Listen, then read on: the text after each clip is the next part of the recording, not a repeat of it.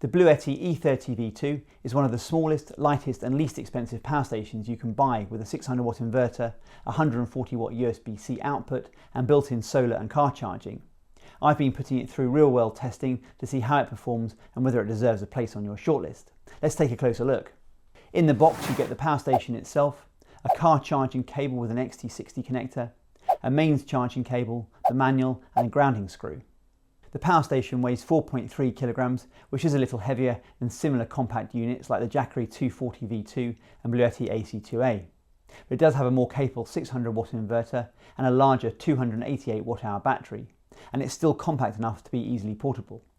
You can see how it compares in size to the AC2A on screen. It uses an LFP battery rated for 3,000 cycles to 80% or roughly a 10-year lifespan, and Bluetti backs that up with a 5-year warranty. Physically, it's a simple functional design with an integrated carry handle and a solid hard plastic shell that feels well built. On the front you'll find the display and the DC input for car and solar charging. Below that are the power button, separate controls for the AC and DC outputs and the single AC outlet on the UK model. For DC and USB there's a 12 volt car socket, 2 DC 5521 outputs, a 140 watt USB-C port, a second 100 watt USB-C port and 2 15 watt USB-A ports. Around the side is a mains charging input and the grounding terminal. A short press of the power button turns the unit on, a long press turns it off, and with the unit on you can toggle the display with another short press. With that out of the way, let's take a look at charging.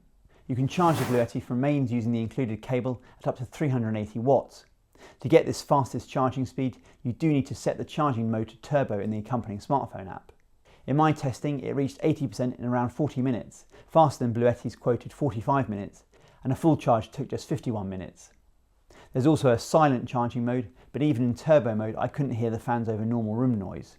The power station didn't get much over 40 degrees Celsius either, although that will depend on ambient temperature. My office was around 19 degrees Celsius during these tests. Using its standard XT60 DC input, you can also charge the power station from a car using the supplied cable. From a 12 volt outlet, it charges at around 110 watts, which would fully charge the unit in roughly 3 hours. If your vehicle has a 24 volt output, charging increases to 200 watts, which I confirmed using my bench power supply. That same XT60 input also supports solar charging, up to 200 watts between 12 and 28 volts at up to 10 amps. It's winter here in the UK and we've had very little sun, so I could only confirm real-world solar charging using Bluetti's well-matched PV200 200 watt panel.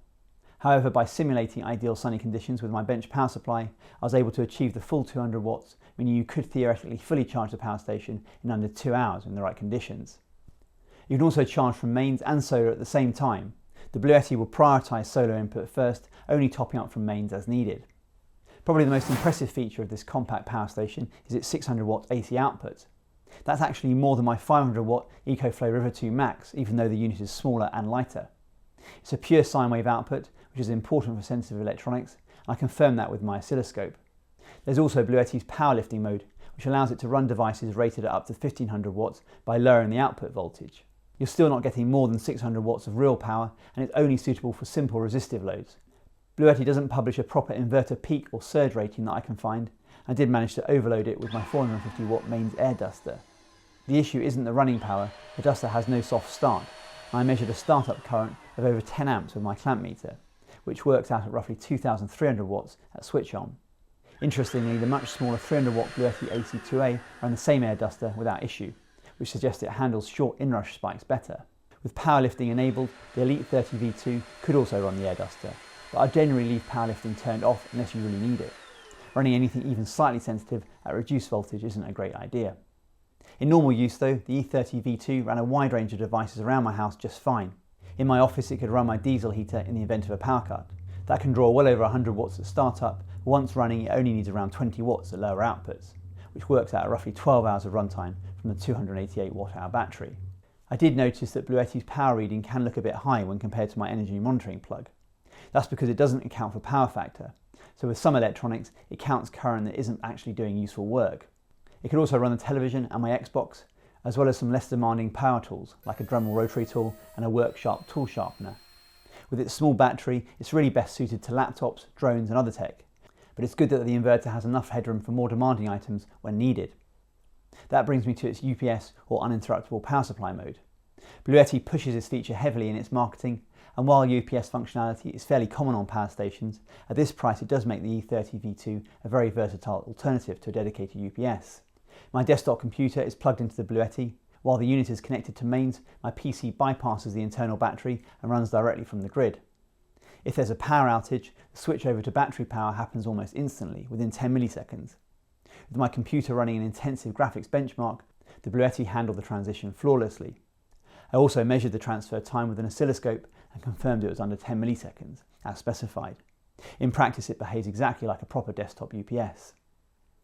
I also measured usable capacity. Running a constant AC load, I measured 231 watt-hours, giving an efficiency of around 80%, which is a little below average. Running the same test on DC, I measured 244 watt-hours, or around 85% efficiency. Both the AC and DC subsystems draw power even when no load is attached.